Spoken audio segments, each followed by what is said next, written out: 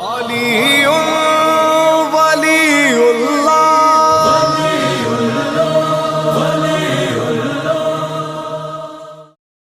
دیکھیے، جو اہل بیت کے وجود میں سب سے عیاں صفت یعنی بارز ترین صفت جو سب سے زیادہ نظر آتی تھی وہ تھا خوف پروردگار عالم.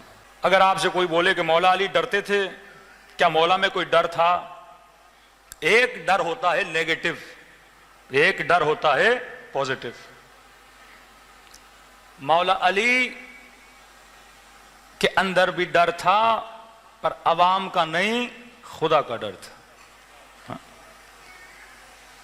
جو خدا سے ڈرتا ہے وہ کسی اور سے نہیں ڈرتا، اور جو خدا سے نہیں ڈرتا وہ ہر کسی سے ڈرتا ہے. اس کی آپ کو چھوٹی سی مثال دوں. مثال کے طور پہ ایک بندہ اگر قانون کو فالو کر رہا ہے، مثلا آپ ٹریفک کے اصولوں کو فالو کر رہے ہیں، ٹریفک کا قانون ہے بندہ گاڑی باہر نکالے تو مثلا ڈرائیونگ لائسنس رکھے، اسپیڈ مثلا 80 سے 100 سے آگے نہ بڑھائے جب ہائی وے پہ جاتا ہے. اب اس کے پاس ڈرائیونگ لائسنس بھی ہے، گاڑی کے کاغذات بھی ہیں، اور بڑے دھیمے سے گاڑی چلا رہا ہے بالکل قانون کے دائرے میں. قانون مطلب شریعت. اگر اس کی زندگی شریعت کے دائرے میں گزر رہی ہے اور قانون کے حساب سے ڈرائیونگ کر رہا ہے تو کیا اس بندے کے دل میں پولیس کا خوف ہوگا؟ یہ پولیس سے نہیں ڈرے گا، پولیس والوں سے نہیں ڈرے گا، کیونکہ قانون کو کیا کر رہا ہے؟ فالو کر رہا ہے. اسی طرح جو شریعت خدا کو فالو کرتا ہے وہ اللہ کے علاوہ کسی سے نہیں ڈرتا. وہ ڈرے کیوں؟ ڈر تو اس کے اندر ہو جو قانون کو فالو نہ کرے نا.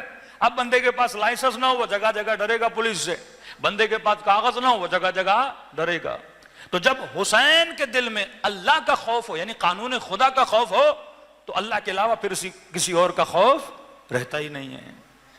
مولا علی کے وجود میں اگر خدا کا خوف ہو اس کے علاوہ کسی اور کا خوف رہتا ہی نہیں ہے. تبھی کہا ان اولیاء اللہ لا خوف علیہم ولا هم یحزنون. اللہ کے جو ولی ہیں ان کے دل میں نہ کوئی خوف ہوتا ہے نہ کوئی حزن ہوتا ہے، ہمیشہ سکون کی زندگی گزارتے ہیں. اب جنگ احد میں تقریباً 70 کے قریب لوگ شہید ہو گئے اور کئی لوگ زخمی ہو گئے.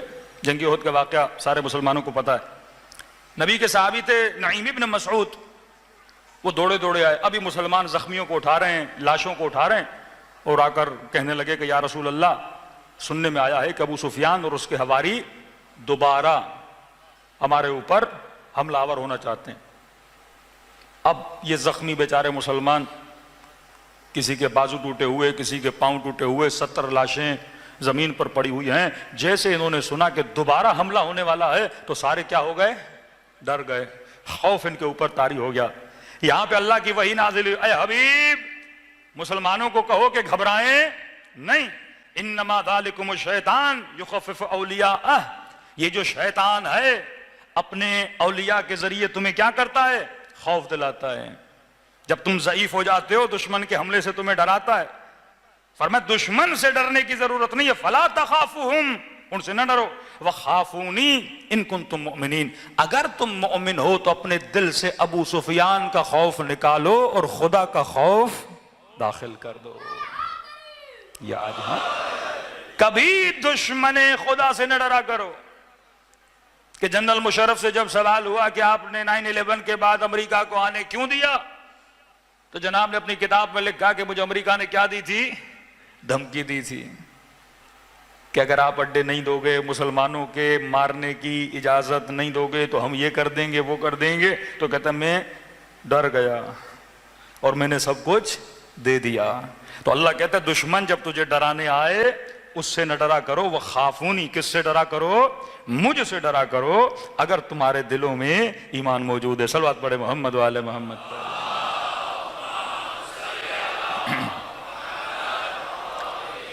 امام حسین بھی جب کربلا جا رہے تھے کئی لوگ امام حسین کو ڈرانے آئے.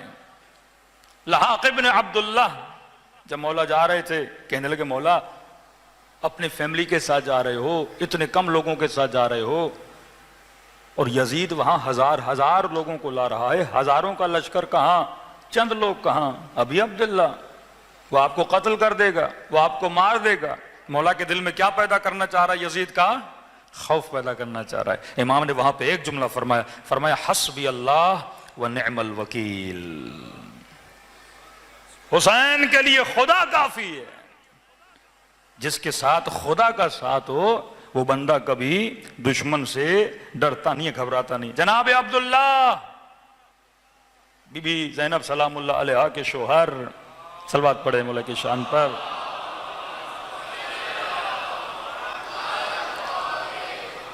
عبداللہ امان نامہ لے کر آتے ہیں, مکے کے گورنر کے پاس جاتے ہیں. اب یہ اسباب ہے کہ جناب عبداللہ کیوں نہیں ہے, اس پہ ایک الگ مجلس ہو سکتی ہے. مکے کے گورنر کے پاس گئے, امام حسین ظاہر فیملی کے ساتھ تھے, ڈپلومیسی کی, اسے کہا ایک امان نامہ لکھ کر دو امام حسین کے لیے کہ حسین کو مکے میں کوئی کچھ نہیں کرے گا. امام حسین کے پاس آئے, کہا میں آپ کے لیے امان نامہ لے کر آیا ہوں, گورنر نے وعدہ دیا ہے کہ آپ کو کچھ بھی نہیں کیا جائے گا. امام حسین عبداللہ کا شکریہ ادا کیا, کہ تم نے بڑی محنت کی, امان نامہ اتنی آسانی سے نہیں ملتا, تو وہ بھی لے کر آیا ہے.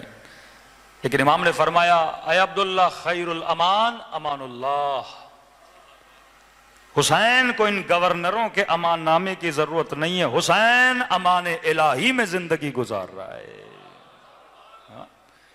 جو اللہ کی نگرانی میں زندگی گزارے اسے کسی ظالم کے امان نامے کی ضرورت نہیں ہے. تو یہ مولا کی بارزترین صفت اہل بیت کی, جناب سیدہ کی, اہل بیت کی, دل میں خوف خدا تھا. اب دعویٰ تو بہت سارے لوگ, مولوی, مفتی, عوام سب بولتے ہیں کہ ہم اللہ سے بہت ڈرتے ہیں, اللہ کا بڑا خوف ہے. لیکن اہل بیت فرماتے ہیں خوف خدا ہونے کی کچھ نشانیاں ہیں. اگر وہ نشانیاں تیرے اندر ہیں تو سمجھو تیرے اندر خوف پروردگار عالم ہے. اگر وہ نشانیاں نہیں ہیں تو تیرے اندر کوئی بھی خوف پروردگار عالم نہیں ہے. 5 نشانیاں اہل بیت نے بتائی ہیں, جتنا ہو سکا ان کا آج ذکر کریں گے. پہلی نشانی خوف پروردگار عالم کی, کہ جس کے دل میں خدا کا خوف ہوتا ہے وہ پروردگار عالم کو ناظر مانتا ہے, حاضر مانتا ہے.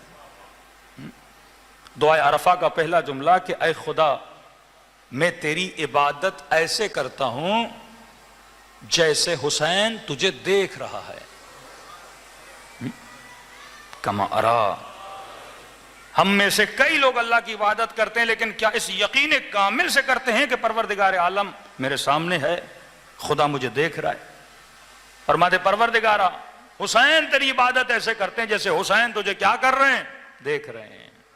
پہلی خوف خدا کی نشانی یہ ہے کہ بندہ اللہ کے ناظر ہونے پہ یقین کامل رکھے. سرن و علانیہ, یہ نہیں کہ لوگوں کے سامنے اللہ دیکھ رہا ہے اور بند کمروں میں خدا نہیں دیکھ رہا. یہ نہیں کہ جب تو اکیلا ہو جاتا ہے تو خدا نہیں دیکھ رہا. یہ نہیں کہ جب تو اپنی تنہائیوں میں جاتا ہے تو خدا نہیں دیکھ رہا. نہیں, سرن و علانیہ, یہ ایمان کامل ہو کہ خدا مجھے کیا کر رہا ہے, دیکھ رہا ہے. ایک بندہ مومن امام حسین کے پاس گیا, مولا میں گناہ نہیں کرنا چاہتا, مجھے کوئی وظیفہ بتائیے. اب لوگ سمجھتے ہیں کہ دین کوئی ہیری پوٹر کی فلم ہے کہ کوئی کوڈ ورڈ مل جائے گا اور بندہ کرے گا اور جادو ہو جائے گا اور بندہ اللہ سے جا کے ملے گا. دین عمل کا نام ہے, دین محنت کا نام ہے, دین سعی و کوشش کا نام ہے. یہاں محنت کرنی پڑتی ہے پھر بندہ اوپر جاتا ہے. امام کے پاس آ کے کہنے لگا مولا کوئی ایسی چیز بتائیے میں گناہوں سے بچ جاؤں. امام نے کہا بہترین فارمولہ دیتا ہوں. خوش ہو گیا, جی مولا بتائیے کون سا فارمولہ. کہا ایسی جگہ جا کر گناہ کر جہاں خدا تجھے نہ دیکھے. تو فوراً کہنے لگا مولا یہ تو ممکن ہی نہیں ہے, کوئی ایسی جگہ ہے ہی نہیں جہاں خدا نہ ہو. کہا پھر گناہ کیوں کرتا ہے, جب تجھے پتا ہے کہ ہر جگہ خدا ہے پھر تو گناہ کیوں کرتا ہے. ایران کے بہت بڑے عالم دین تھے, ان کے والد بڑے متقی پرہیزگار تھے. پہلے زمانے میں زمینوں میں جو پانی آتا تھا اس کی باری ہوتی تھی, باری باری, 1 گھنٹہ آپ کا پانی, آدھا گھنٹہ آپ کا پانی, ہاں باریوں کے ساتھ. کہتے ہمارے والد کی زمین کو جب باری آتی تھی پانی دینے کی تو یہ اپنے ساتھ ایک مٹی کی بوری لے کر جاتے تھے. تو میں نے کہا کہ بابا آپ مٹی کی بوری کیوں لے کے جا رہے ہیں؟ اب کیونکہ جب پانی آتا تھا تو یہاں سے مٹی ہٹانی پڑتی تھی تاکہ پانی میری زمینوں پر آئے, اور پھر مٹی رکھنی پڑتی تھی تاکہ بند ہو جائے. کہا وہ اس مٹی کو ہٹاتے نہیں تھے, بند کرنے کے لیے اپنی زمین کی مٹی لے جاتے تھے اور تاکہ بوری رکھوں, کل قیامت کے دن خدا یہ نہ کہے تم نے کسی اور کی مٹی خراب کیوں کی تھی. اس قدر جن کے وجود میں خوف پروردگار عالم ہوتا ہے وہ لوگ کیا ہوتے ہیں, دقیق ہوتے ہیں. بڑی دقت کے ساتھ اپنے اعمال کو دیکھ کے چلتے ہیں، کیونکہ اللہ کی نظارت پر یقین ہوتا ہے۔ آج ہم دنیا کی چوریاں چھپ کے کرتے ہیں کہ دنیا نہیں دیکھ رہی تو کوئی مسئلہ نہیں۔ جتنا انگریز کیمرے سے ڈرتا ہے اتنا اگر مسلمان خدا سے ڈرتا تو اس کا ایمان پتہ نہیں کہاں پہ ہوتا ہے۔